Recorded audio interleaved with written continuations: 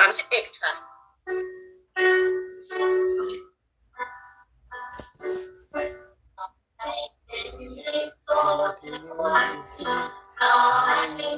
ฉันอยากจะทำอะไร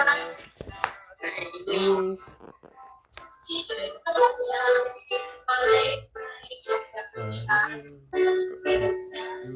เรื่องจริงแค่เวลา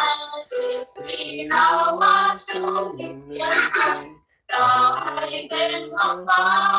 ที่ดูกว้างใหญ่อยากให้เท่าเขาใหญ่กว่าทะเลยิ่งกว่าภูเขาใหญ่กว่าดวงดาวต้องไม่รู้เท่าไหร่เจ้าจริงเกินยิ่งใหญ่มากไปกว่านั้นไอ้สิ่งปลอมชุดในจุดทองบอกกินของมันก็ยังเล็กกว่าแต่ตัวรักษาพระเจ้าเป็นฉันยิ่งใหญ่โอเคค่ะถือว่าโมฆะนะคะเช้านี้ที่ร้องเพลงอย่างนี้เด็กรุ่นนี้เราส่งเรียนเพื่อจะมาเป็นผู้นำในอนาคตนะคะเป็นพนักงานลอยอนาคตถ้าขืนยังร้องเพลงแบบไม่ได้ตื่นนอนแล้วก็ไม่ได้กินข้าวเช้าเนี่ยตกค่ะสอบตกอันนี้ยายน้อยบอกให้ทุกคนมายืนตรงนี้ค่ะร้องใหม่เพลงนี้เสียงดังฟังชัดยืนขึ้นยืนตามแล้วให้สวยงามแล้วหน้าตาต้องแจ่มใสหน้าโกนให้ยืนด้านหน้านะคะถ้าครั้งนี้ร้องแล้วยังไม่มีเสียงโดนทำโทษนี่ยืนนี่ครูไปต้นอะไรอยู่ข้างหลังโอเคพี่ดูสิเห็นไหมโอเคนะเอาดังๆเลยนะดังค่ะดังกว่าดนตรี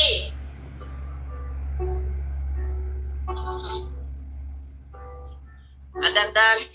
ๆเป็นยี่ปอที่อ้วนดีขอให้มีช่องยาวสกาวใหญ่ดูสาวทั้งคู่ที่ใครว่าใครก็รีบไปสนับปากแก่เมื่อเพลงที่แสนยาวถึงที่เราว่าสูงอยู่เดียวกันก็ให้เป็นของฟ้าที่ดูว่าใหญ่ก็ยาวไปเราใหญ่กว่าทะเลยิ่งกว่าภูเขาใหญ่กว่าดวงดาวเราไม่รู้เท่าไหร่พระเจ้าเป็นใหญ่ใหญ่มากมายขนาดไอ้สีตาหวานชุดแม่จนมองหัวผู้คิดของมันก็ยังเล็กกว่าจะพูดออกมาเจ้าฉันยิ่งใหญ่เพลงที่4นะคะนั่นทะเลแสนงามนะคะเอาดังๆนะคะอ้าปากกว้างๆนะ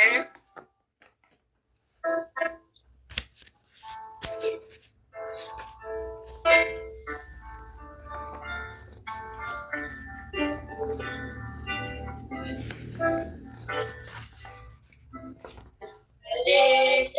นงามว่าสีครามสดใสอาปากกว้างมองเห็นเรื่องอะไรและอยู่ในทะเลหากสายงามเห็นปูดูสิดูหมู่ปลามุ่งหอยนางงามอยู่ในท้องทะเลนั่นแหละฝีพระหัตถ์พระเจ้าทรงสร้างไว้ให้เราชื่นใจยามเมื่อใด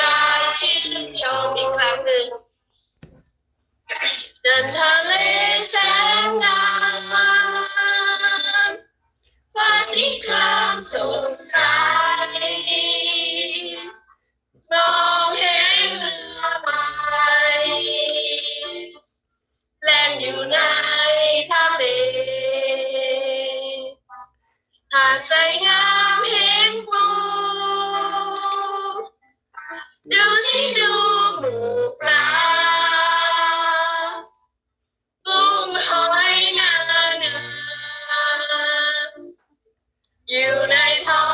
งทะเลนั่นแหละฝีพระหัตถ์พระเจ้าทรงสร้างไว้ให้เราชื่นใจยามเมื่อได้ชื่นชม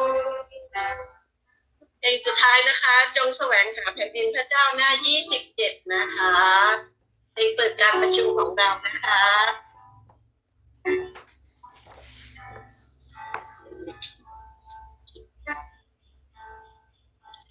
จงแสวงหาแผ่นดินของพระเจ้าและความชอบธรรมของพระองค์แล้วพระองค์จะทรงเติมสิ่งทั้งปวงให้อาเลลูอาเลลูยา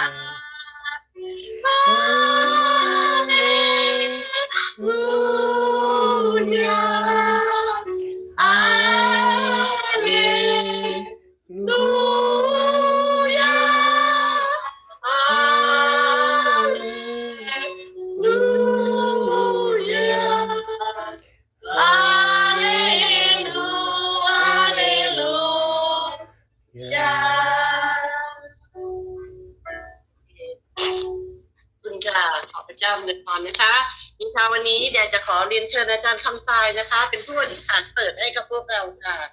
ร่วมใจกันอธิษฐานนะครับข้าแต่พระเจ้าพระบิดาขอบพระคุณพระองค์ที่พระองค์ทรงเป็นพระเจ้าผู้ยิ่งใหญ่ใหญ่กว่าทุกสิ่งทุกอย่างใหญ่กว่าดวงดาวใหญ่กว่าดวงอาทิตย์ต่างๆพระองค์ทรงเป็นพระเจ้าผู้ทรงเนรมิตสร้างทุกสิ่งในโลกนี้ในจักรวาลนี้พระองค์ได้สร้างพวกข้าพระองค์ทั้งหลายที่เป็นมนุษย์แล้วก็เอาใจใส่สนใจในชีวิตของข้าพระองค์ทุกขั้นตอนแม้แต่ผมใน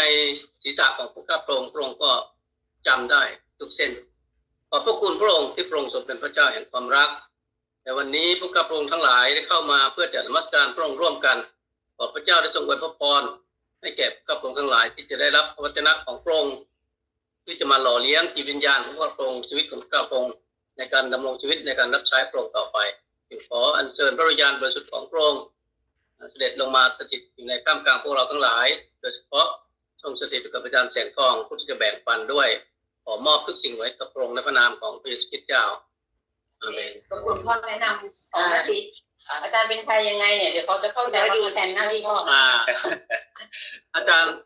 ารย์แสงทองนะครับแสงทองแสงทิพย์นะครับดูหน้าตาเพิ่นเนาะอาจารย์แสงทองอาจารย์แสงทิพย์แสงทองแสงทิพย์นามสกุลแสงทิพย์นะครับมีแต่แสงนะฮะสว่างขอบคุณพระเจ้านะฮะที่อาจารย์ท่านยินดีที่จะรับตำแหน่งที่อาจารย์ที่ผมเคยดูแลนะครับที่ GC ซึ่งช่วยให้ผมได้มีโอกาสได้มาอยู่กับพี่น้องได้ไม่งั้น GC ก็ไม่ปล่อยนะฮะไม่ปล่อยแน่นอนก็ขอบคุณพระเจ้าที่ท่านได้ยินดีที่จะรับเอาตำแหน่งนี้เพื่อจะดูแลการประกาศกับชาวพุทธทั่วโลกนะครับทั่วโลกแต่ว่าสำคัญก็เพราะว่าท่านก็เป็นคนลาวที่ไปเติบโตที่สหรัฐอเมริกานะครับท่านก็มีจิตใจคิดถึงสนใจกับบ้านเกิดเมืองนอนของพวกเราเป็นพิเศษนะครับถ้าพวกเราที่ภาคอีสานเนี่ยคิดว่าเราเป็นคนลาว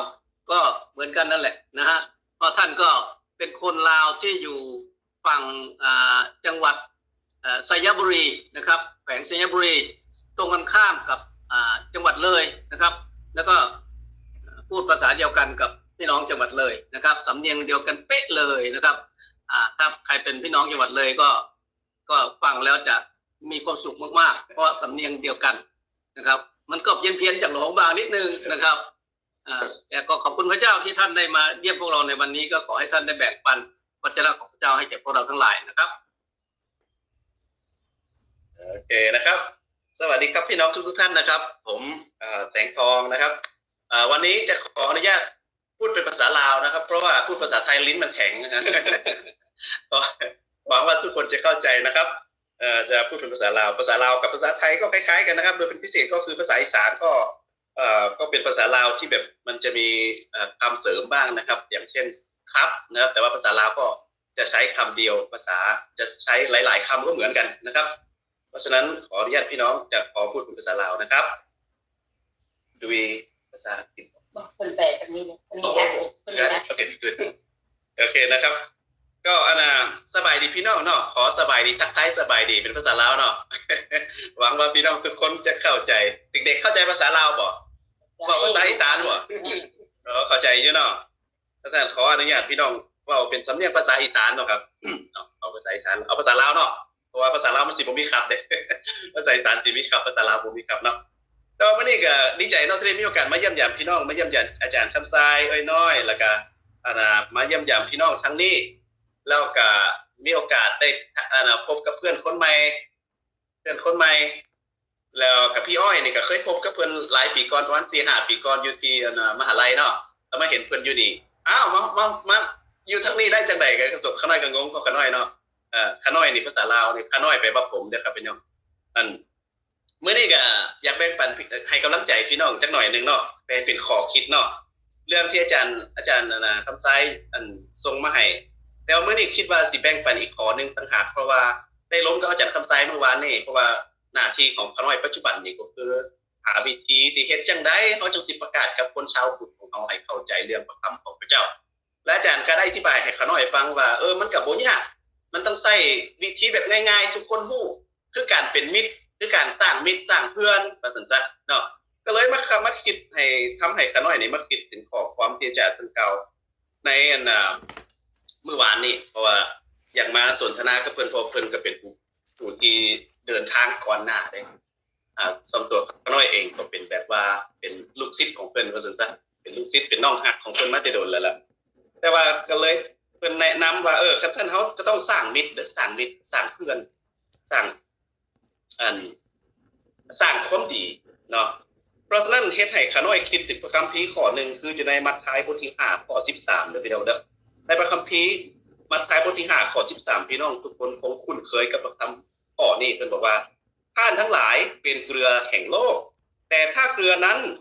หมดรสเค็มไปแล้วจะทำให้กลับเค็มอีกได้เค็มได้อย่างเนาะให้กับเค็มอีกอย่างไรได้แต่นั้นไปก็ไม่เป็นประโยชน์อะไรมีแต่จะทิ้งเสียสำหรับคนเหยียบย่ำเนาะอันนี้เพิ่นบอกว่าเฮาทั้งหลายนี่เป็นเกลือเพิ่นว่าบ่เคยร้องเพลงเราเป็นเม็ดเกลือและแสงสว่างเนาะอันนี้เป็นเพลงที่เฮาร้องเนาะแต่บางทีเฮาอาจจะลืมคิดข้อต่อไปบอกว่าเขาเป็นแสงมันบ่เขาเป็นแสงสว่างสำหรับโลกมันพระคัมภีร์บอกว่าเรื่องเป็นแสงสว่างนี่เขาอาจจะเข้าใจมันมีความหมายแนวใดเขาก็คงเข้าใจเนาะพระคัมภีร์เขาเป็นแสงสว่างแสดงว่าเขาต้องเป็นแสงสว่างให้กับโลกที่อยู่ในคุมมืดอันนี้เขาเข้าใจง่ายเนาะสำหรับผู้ฆ่าเองก็คือซื้อแสงทองแสงทิพย์มีทั้ง2แสงเนาะ แสงทองและแสงทิพย์น้ำเนาะแล้วเข้าใจว่าหน้าที่ของตนที่เป็นลูกของพระเจ้าก็คือเป็นแสงสว่างให้กับคนอื่นบอกให้เขารู้เรื่องของความหักของพระเจ้าบอกแต่ว่าเกลือนี่มันเป็นไปได้จังได๋บัดนี้มันคิดมันงงอยู่ในข้อนี้เลยเป็นหยังพระเยซูจึงว่าเขาเป็นเกลือสำหรับภาษาลาวภาษาไทยเขานี่เขาว่าเจ้านี่เค็มนี่มันบ่แม่นคำแบบออกได้เนาะมันบ่แม่นคำบวกมันบ่แม่นคำบวกมันเป็นคำลบเด้คนเค็มเป็นบ่คนเค็มนี่เป็นคืออีทีนะคือขี้เหนียวบ่เค็มกับเหนียวนี่บ่ดีเนาะภาษาไทยเนาะจะเค็มหรือเหนียวก็บ่ดีจะเป็นหยังพระเยซูจึงว่าให้เฮานี่เค็มมันมีความหมายว่าอย่างใดเห็นบ่ so I don't know if your translation comes out from Lao to English okay or not but because I'm speaking in Lao yes. so hopefully it catches it I'm sorry so we're looking at Matthew chapter 5 verse 13 about being the salt of the earth ว่าเป็นเกลือเนาะพระเยซูเปรียบเทียบมนุษย์สิทธิ์หรือว่าคนประชาชนของพระองค์นี่เป็นเกลือเป็นหยังคือบ่เปรียบเทียบคือเป็นน้ำตาลซะอย่างน้อยมันก็สิบานได้จักหน่อยเห็นบ่คนนี่มักน้ำตาลเด้คนนี่มักความหวานหลายกว่าความเค็มนึงบ่เพราะฉะนั้นเขาได้มางงมาคิดพิจารณาเบิ่งว่าทำไมพระเยซูเปรียบประชาชนของพระเจ้า เหมือนกับเป็นเกลือเนาะทั้งที่จะเปรียบเหมือนกับน้ำตาลน้ำอ้อยก็อาจจะหวานกว่าเนาะแต่ว่ามาคิดพิจารณาของเราพี่น้องสิมาแบ่งปันหรือว่าให้พี่น้องขอคิดพี่น้องหาอย่างเด้อเป็นหยังพระเยซูจึงเปรียบเทียบเขานี่คือกับเกลือนี่ทำอิฐเนาะคือให้รสชาติมันบ่เคยเฮ็ดอาหารแล้วลืมใส่เกลือนี่มันบ่แซ่บเลยเนาะจางจืดจางนั่นบ่น่าทานบ่น่ากินเนาะอันนี้คือรสชาติเนาะพี่น้องเนาะเพราะฉะนั้นในการเป็นศิษย์ของพระเจ้าหรือว่าการเป็นสาวกของพระองค์เนี่ยหมายถึงว่าเขาต้องมีรสชาติมีรสชาติที่ว่ามันเฮ็ดให้มันแซ่บเนาะให้มันติดปากเขากินแล้วมันติดปากอยากกินดื่มนะเพราะหมายเฮ็ดมีรสชาติเนาะเพิ่นว่าทานเป็นเกลือเด้บ่แม่นว่าทานควรจะเป็นเกลือเพิ่นบ่ได้ว่าแบบนั้นหรือว่าทานอันปีหน้าจังเป็นเกลือเด้อเพิ่นบ่ได้ว่าเด้เพิ่นว่าท่านเป็นเกลือเนาะเอาครับพระเยซูพูดเขาเป็นเกลือเขาเป็นความรสชาติสำหรับโลกบางเทื่อนี่เป็นหยังคนจึงบ่อยากซิมพระเยซูย้อนว่ามันขาดรสชาติเขาขาดรสชาติเขาบ่มีรสชาติเบิ่งคือหงอยๆเหงาห้องเพลงก็บ่มีชีวิตชีวานี่แหละเอาเพลงก็เหงาอยู่คือคนตื่นนอนใหม่เนาะบ่มีชีวิตชีวาบ่มีความสุขบ่ล่าเริงคือชีวิตคือบ่มีรสชาติว่าอันบ่แล้วเฮ็ดให้คนว่าบ่เอาดอกแบบสิมันบ่มีอันความแซ่บความตื่นเต้นเนาะเพราะฉะนั้นการที่เขาเป็นสาวกของพระเจ้าชีวิตของเขามันจะควรจะล่าเริงมันมีความสุขมีความยินดีความตื่นเต้นเห็นให้คนอื่นเห็นแล้วเขาคือม่วนแท้พวกนี้อยากไปนำด้วยเสียงเพลงก็ฮ้องกันนั่นว่าคือเขาไปเข้าค่ายเขาฮ้องเพลงม่วนคนอยากมาฟังแบบสร้างรสชาติคนติดใจอันที่2นี่คือ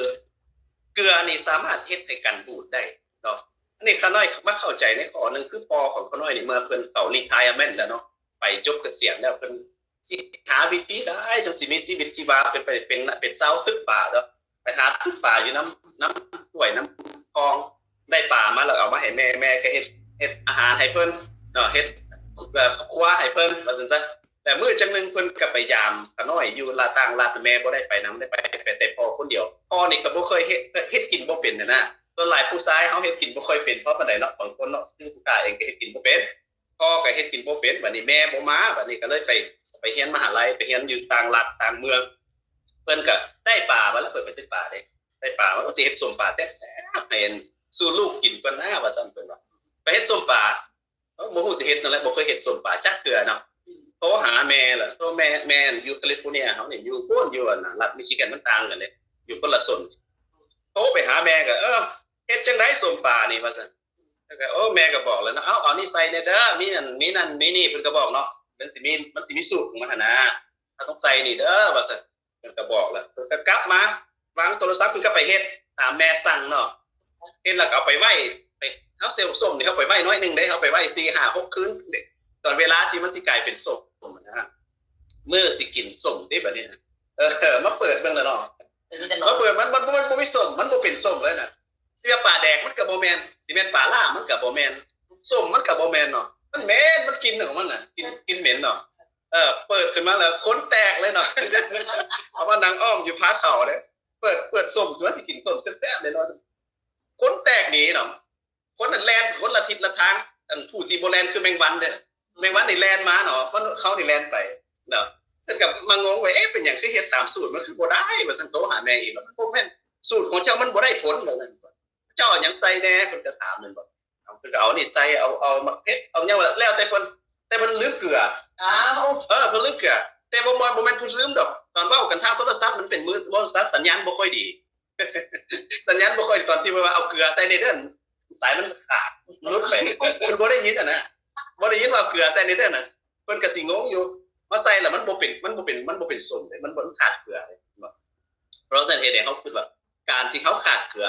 เฮ็ดให้ส้มบ่เป็นส้มเฮ็ดให้สิ่งที่มันจะเป็นควันมีรสชาติหวานรสชาติดีรสชาติหอม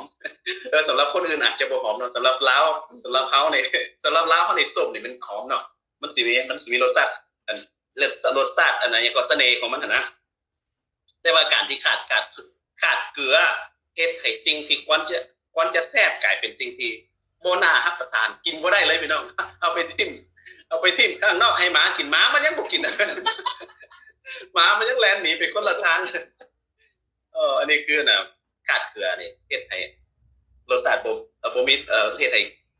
สิ่งที่ควรมันจะดีมันกลายเป็นสิ่งที่บูดสิ่งเน่าเพราะฉะนั้นการที่เขาเป็นลูก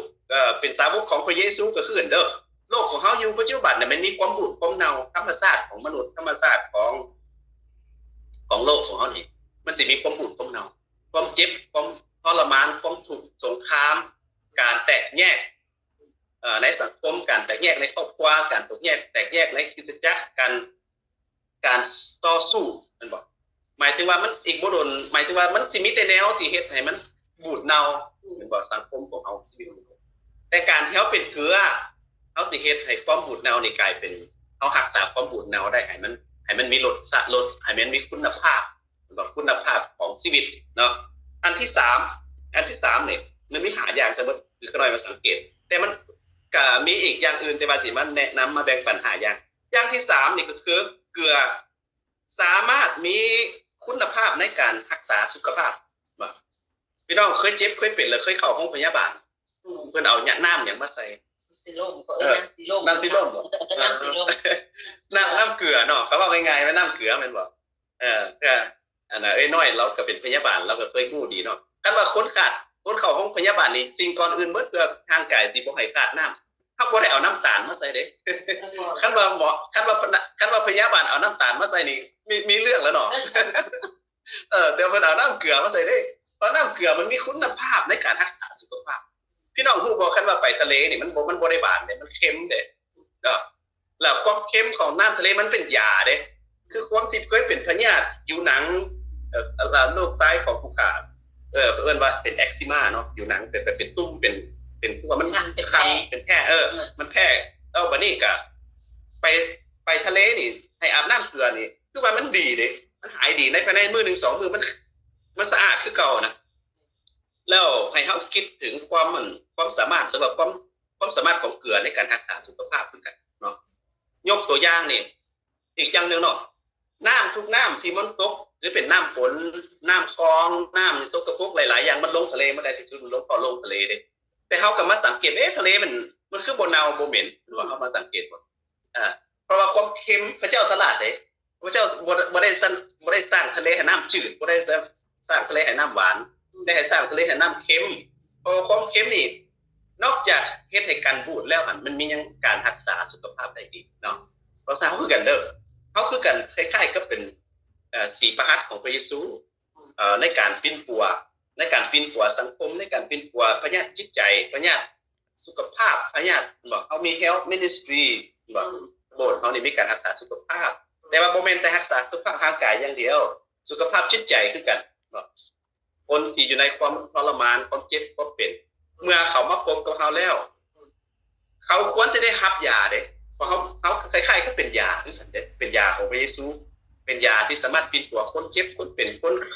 มีตกทุกข์ได้ยากหน้าที่ของเขาในการที่เป็นสาวกของพระเยซูก็คือการแบ่งปันแบ่งทุกข์บรรเทาทุกข์ให้กับคนอื่น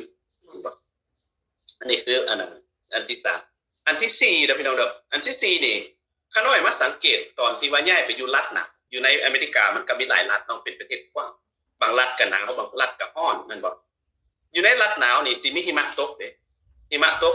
ปีนึงสิมีประมาณ 3-4 เดือนจังซี่ล่ะเนี่ยแต่หากบ่แม่น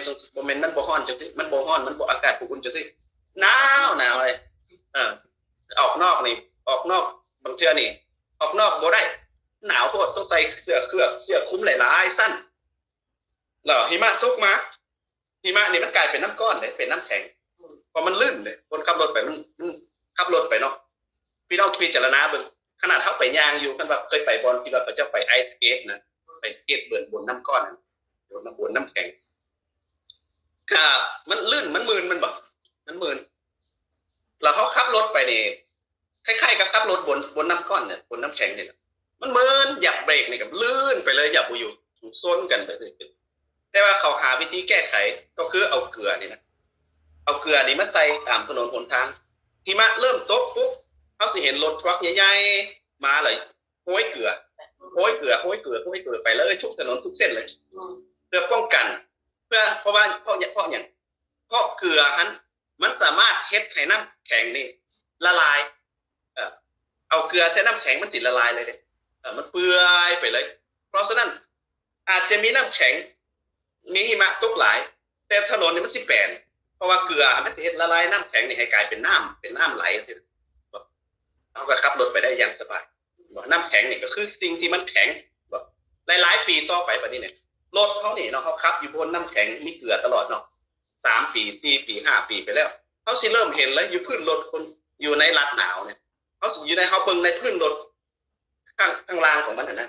พื้นนี่ภาษาลาวหรือภาษาไทย ใต้ท้องรถ ใต้ท้องรถแม่นละเขาเบิ่ง ย่างพี่น้องบ่เข้าใจใต้ท้องรถนี่นะเขาเบิ่งรถแล้วเขาสังเกตมันสิกลายเป็นสนิมกลายเป็นสนิมซีขี้เมียงขี้เมียงเนาะขี้เมียงภาษาลาวดิ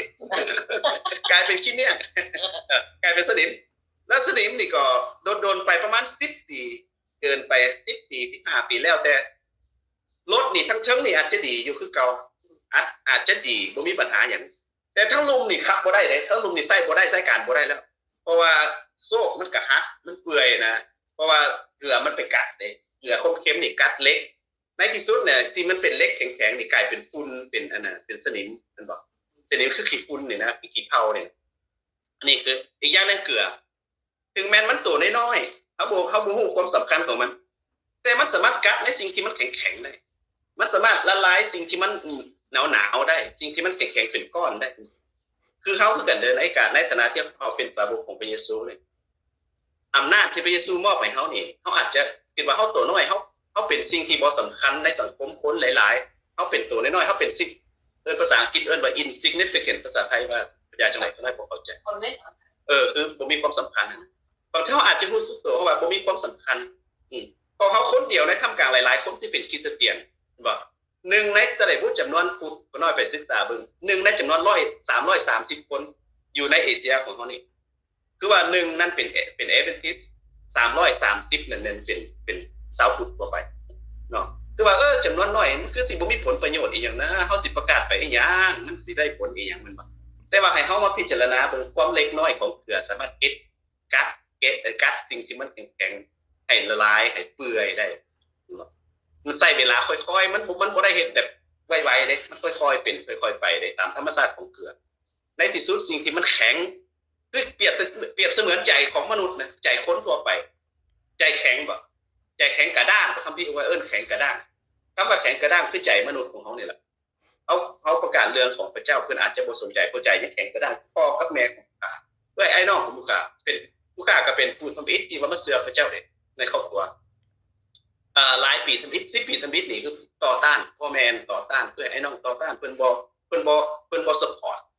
ในการที่เฮามารับใช้พระเจ้ามาเสือพระเจ้าเฮาสิไปเสือพระเจ้าเฮ็ดหยังเฮามาฮอดสหรัฐอเมริกาแล้วต้องติดตามการศึกษาให้เรียนเก่งๆให้เรียนสูงๆให้เป็นเจ้าเป็นนายว่าเฮามีโอกาสแล้วเฮาสิไปโบสถ์ไปอ่านพระคัมภีร์เสียเวลาเนี่ยสิไปเป็นอาจารย์สิไปเป็นพาสเตอร์เจ้าสิไปพาสเตอร์อยู่ไสคนสิให้พาสเตอร์ยังบ่ทันมีจักคนเพิ่นว่าเด้คนลาวเฮาสมัยเพิ่นบ่ค่อยมีคริสเตียนหลายเด้ส่วนหลายเป็นชาวพุทธเด้ไปอยู่อเมริกากันถ้าสิเป็นพาสเตอร์มาเฮ็ดอีหยังเงินเดือนก็บ่ได้เงินเดือน เงินเดือนก็บ่โบสถ์ก็บ่มีหลังข้างๆหลังคาก็หัวเพิ่นเป็นห่วงเนาะทั้งสิลูกสิมาเป็นได้ดีมาสิทำอ้ายขายหน้าให้ญาติพี่น้องเห็นบ่จะเป็นอาจารย์ไปเป็นพาสเตอร์บ่ได้พ่อแม่ต่อต้านแฮงขนาดนั้นจนไล่ออกจากเรือนเลยแม่นี่กินยาตายเด้แม่กินยาตายต่อต้านเพิ่นว่าถ้าเจ้าไปเป็นพาสเตอร์ก็สิกินยาตายคนยิบ่อยู่อับอายขายหน้าให้พี่ให้น้องได้เบิ่งเพิ่นไปกินยาตายอีหลีนะแม่แต่ขอบคุณพระเจ้าคุณผู้ตายก็ไปพ่อเพิ่นทันเวลาเอาเพิ่นไปส่งพยาบาลฟื้นขึ้นมาอันนี้แม่แบบเด็ดแม่นี่ก็ใจเด็ดขาดขนาดได้เพิ่นก็ได้เพิ่นใจแข็งขนาดนั้นแข็งแต่มาบัดนี้หลายปีผ่านไป10 ปีแล้วอธิษฐานให้พระเจ้าเปลี่ยนใจในที่สุดพระเจ้าเฮ็ดการอัศจรรย์เปลี่ยนใจเพิ่นมาเชื่อพระเจ้าเป็นแฮงกว่าเฮาอีกบัดนี้น่ะ เป็นแฮงกว่าเฮาอีกทุกครั้งที่ว่าเฮารู้สึกท้อใจว่าแม่อันน่ะ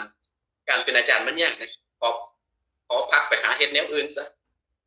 แต่ว่าเพิ่นบ่ได้เจ้าต้องเฮ็ดต่อไปเพิ่นแข็งกว่าเฮาอีกเด้พอทั้งทั้งเอื้อยทั้งอ้ายนี่ปีแล้วนี่เอื้อยโกกกูเคยต่อต้านเฮากูเคยเยาะเย้ยเฮา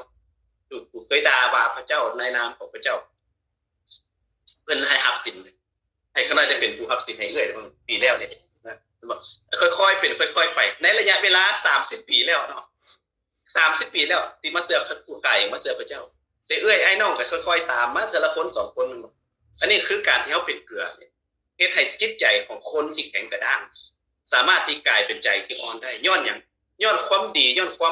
ามดีความหักความแพงเมื่อเขาเห็นว่าชีวิตของเขานี่มันสะท้อนแสงความหักของพระเจ้าเขาก็ปฏิเสธบ่ได้ดอกเจ้าสิแข็งส่ำใดก็แล้วแต่หากเขาเป็นเกลือในที่สุดมื้อนึงเจ้าจะต้องเปื่อยละลายคือกับน้ำก้อนน้ำแข็งแต่ว่ามันถึงกับเกลือดิคือกับเล็กที่แข็งส่ำใดก็แล้วแต่ในที่สุดมันสิเปื่อยละลายเป็นฝุ่นเลยใจของคนกันนะคนเขาเพราะศาสนาจารย์ได้แบ่งปันกับขน้อยเมื่อวานนี่นี่แหละการความดีการแสดงความรักของพระเจ้าการมีความอดทนต่อคนการมีกิริยามารยาทสิ่งเหล่านี้แหละสิเฮ็ดให้จิตใจของคนเปิดออกเฮ็ดให้ใจของคนที่แข็งกระด้างอ่อนยอมรับความจริงของพระเจ้าเนาะอย่างสุดท้ายบัดนี้นะอันที่5เหตุผลที่5ที่ผู้ข้าคิดว่าพระเจ้าเปรียบเทียบเกลือมาสาวกของพระองค์นี่มันก็เกลือก็ย้อนว่าเกลือเฮ็ดให้เฮาหิวกระหายหลายหิวกระหายน้ำเข้าใจเนาะเกลือนี่นะความเค็มของเกลือเนี่ยกินอาหารเค็มๆเบิ่งเนี่ยเขากินแล้วเขาอยากน้ำเด้ไอ้ว่าคือตัวอย่างคันว่าคนนั่นน่ะคนไปตกข้างอยู่กลางทะเลน่ะถ้าว่าตกข้างอยู่กลางทะเลอยู่เพื่อกลางทะเลบ่มีทางไปบ่ฮู้ว่าฟังอยู่ทางใดเพิ่นว่าอยากกินน้ำเด็ดขาดถ้าน้ำอยู่ในทะเลนี่นะอย่าไปกินน้ำในทะเลเด็ดขาดเด้อเพิ่นว่าถ้าว่าเขากินน้ำในทะเลนี่นะมันสิเฮ็ดให้หิวกระหายน้ำหลายขึ้นตื่มอีกในที่สุดเขาสิตายย้อนกันอึดน้ำเป็นไปได้บ่การขาดน้ำอยู่ในทะเลเอาอยู่ในกลางทะเลนี่ตายย้อนการขาดน้ำมันเป็นไปได้จังย้อนว่าการที่เขากินเค็มการที่เกลือการที่เขากินเค็มการที่เกลือรสชาติของเกลือความเค็มของเกลือนะเฮ็ดให้ความต้องการน้ำนี่หลายขึ้นเห็นบ่เฮ็ดให้ความต้องการน้ำหลายขึ้นเฮ็ดให้เขาหิวกระหายน้ำเพราะฉะนั้นน้ำคือพระเยซูบอกว่าเขานี่แหละคือน้ำแห่งชีวิตนะพี่น้องเนาะที่จือเรื่องของนางผู้ว่านางหญิงสาวซามาเรียคนหนึ่งมาตักน้ำเป็นพระเยซูสนทนากับเราเนี่ยตักน้ำให้ค่อยกินแน่พระเยซูบอกว่าจะเป็นคนยิวมาขอน้ำมันจะเข้าซามาเรียได้จังได๋ล้มไปล้มมาท่านค่อยสิตักน้ำพระเยซูบอกว่าบ่เป็นหยังค่อยสิตักน้ำให้เจ้ากินน้ำในบ่อนี่เจ้ากินทุกมื้อเจ้าก็หิวทุกมื้อคือเก่าแต่น้ำที่ค่อยสิให้เจ้านี่เจ้ากินแล้วเจ้าสิบ่หิวเห็นบ่เพิ่นเปรียบเทียบหมายถึงตัวของเพิ่นเองความดีของพระเยซูความจริงของพระเยซูนะเพราะฉะนั้นการที่เป็นสาวกของพระเยซูที่แท้จริงก็คือการเป็นเกลือการเป็นเกลือของพระเยซูก็คือการเฮ็ดให้คนที่ได้สัมผัสรสชาติแล้วเฮ็ดให้หิวหายกระโหยหาพระเยซูคือซี่ทางไปหาพระเยซูอันนี้คือชีวิตของคริสเตียนที่แท้จริงนะพี่น้องเนาะ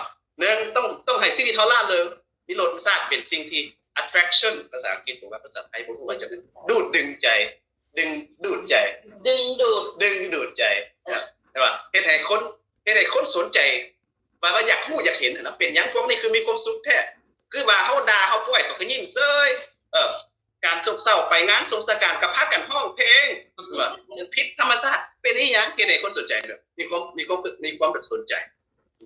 นอกนั้นคือการพูดกันเนาะคนพิษกันคนซาคนพิษกันคนมีพิษเถียงกันแล้วการต่อสู้กันเฮาล่ะไปซ้อเอารถบ่ไปเฮาได้บ่ได้ไปเสียเด้เฮาบ่ได้ไปเสียให้เขาพิษกันแล้วจังได๋พยายามสร้างความมิตรไมตรีสร้างความสามัคคีให้เขานอกจากนั้นนอกจากการพูดแล้วก็ยังมีการรักษาบัดนี้เมื่อคนมีความต้องการมีความทุกข์ได้ยากมีความขาดเขินที่ว่าเขาสามารถช่วยได้เขาก็ยื่นมือเข้าไปช่วยบ่แล้วการความดีของเขานี่สิ่งความดีที่เขาเฮ็ดแต่ละมื้อนี่เฮ็ดให้คนอื่นได้เห็นถึงแม้จิตใจที่แข็งกระด้างคนที่ต่อต้านพระเจ้าในที่สุดใจเขาก็สิอ่อนเมื่อเขาเห็นใจเขาอ่อนแล้วเขาเป็นได้บัดนี้อยากรู้พระเยซูหิวกระหายหาพระเยซูอยากจะเรียนรู้คำของพระเจ้าใจเปิดเลยดิอันนี้คือการที่เขาเป็นเกลือของพระเจ้าพระเยซูจึงบอกว่าท่านเป็นเกลือสำหรับโลกบอกท่านเป็นเกลือสำหรับโลกการเป็นเกลือนี่ก็เกลือนี่คือหาตัวอย่างเนาะที่ว่าคุณภาพของเกลือนี่เขาเบิ่งข้ามบ่ได้คือคุณภาพของเกลือหาอย่างนี่เขาเบิ่งข้ามบ่ได้การว่าเขาสิเป็นศิษย์ของพระเยซูก็เขาก็คือเกลือแล้วเขาเป็นเกลือเขาก็คุณภาพหาอย่างนี่เขาขาดบ่ได้และอันนี้แหละคือการประกาศเนาะการประกาศด้วยชีวิตต่างชาติเขาอาจจะประกาศคือเปิดโรงงานเปิดการประกาศใหญ่ๆเปิ ปิดประกาศเซาหอใหญ่ๆประกาศแบบก้าวดังบอกคืออยู่หมู่ของเขาน้อยคนหนึ่งเราเป็นคนนั้นฟิลิปปินส์เราบอกว่าบ่เป็นหยังขึ้นรถเมล์กับประกาศได้อยู่ข้างถนนกับประกาศได้เว้าประกาศอ่านคัมภีร์บอกว่าประกาศในรถเมล์นี่สบายประกาศได้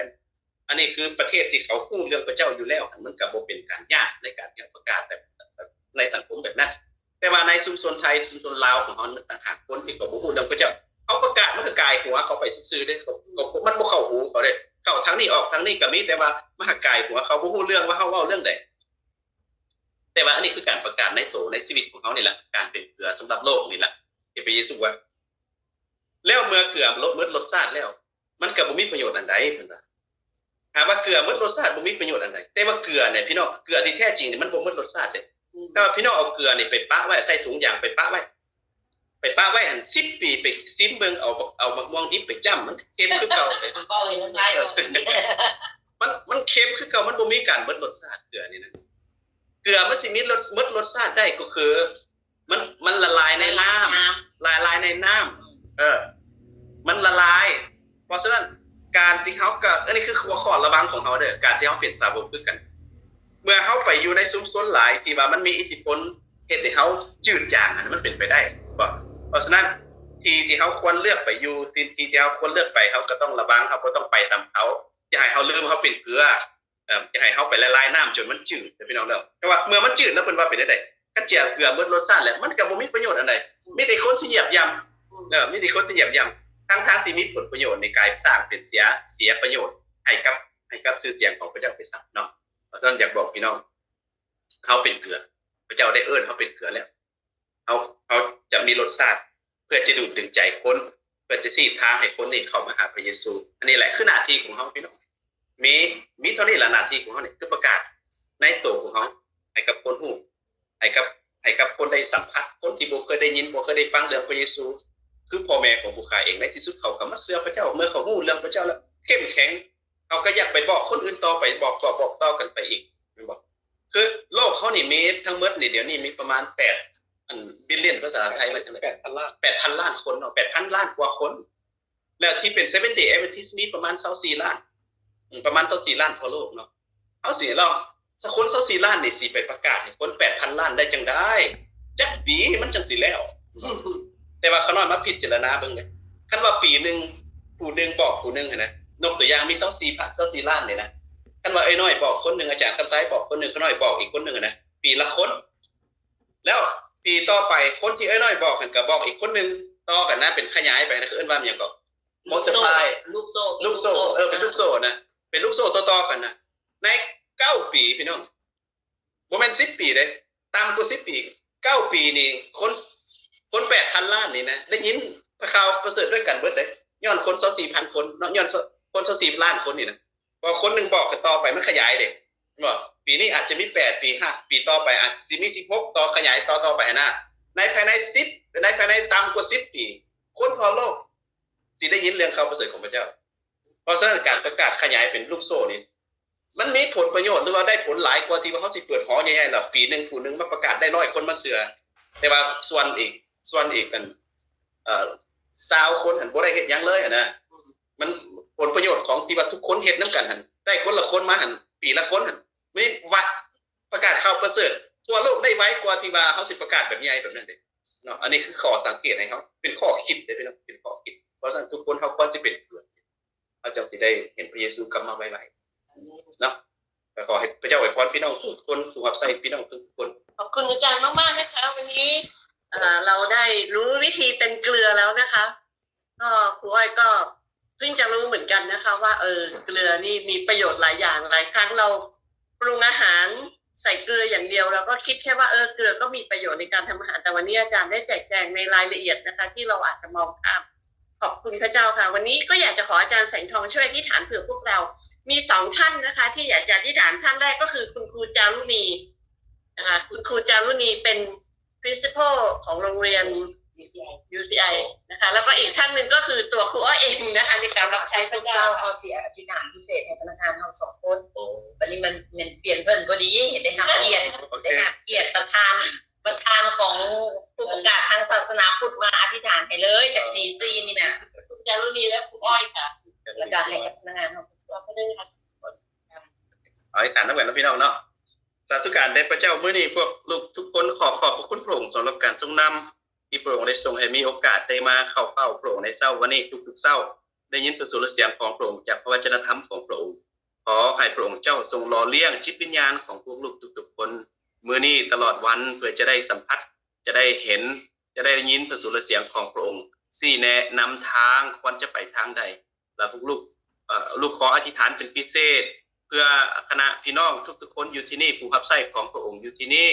คือพนักงานของ NTR ทุกๆคนที่ได้มาร่วมกันในเช้าวันนี้พระบิดาพระองค์ทรงเลือกเอิ้นแต่ละคนมารับหน้าที่อันนี้อันสำคัญในการประกาศในภาคอีสานพระองค์ทรงรู้ว่าการประกาศที่นี่ก็คือละเลยหรือว่าถึกละเลยไปหลายปีเพราะฉะนั้นผู้ลูกปรารถนาที่จะฟื้นฟูจิตวิญญาณของพี่น้องชาวอีสานและประกาศข่าวประเสริฐอยู่ในเขตนี้ให้หลายขึ้นขอให้พระองค์เจ้าทรงให้สติปัญญาแก่ทุกๆคนทั้งผู้น้อยและผู้ใหญ่ทุกๆคนที่มีส่วนร่วมทั้งนักศึกษาทั้งผู้เป็นครูทั้งผู้เป็นอาจารย์ทั้งผู้ administrator และอาจารย์ทุกๆคนอยู่ท้องถิ่นขอให้พระองค์เจ้าทรงนำพาทุกๆคนและเวลานี้พวกลูกขอเป็นอธิษฐานเป็นและพวก missionary ที่มาช่วยจากต่างประเทศต่างเมืองขอให้พระองค์เจ้าทรงดูแลพวกเขาเช่นกัน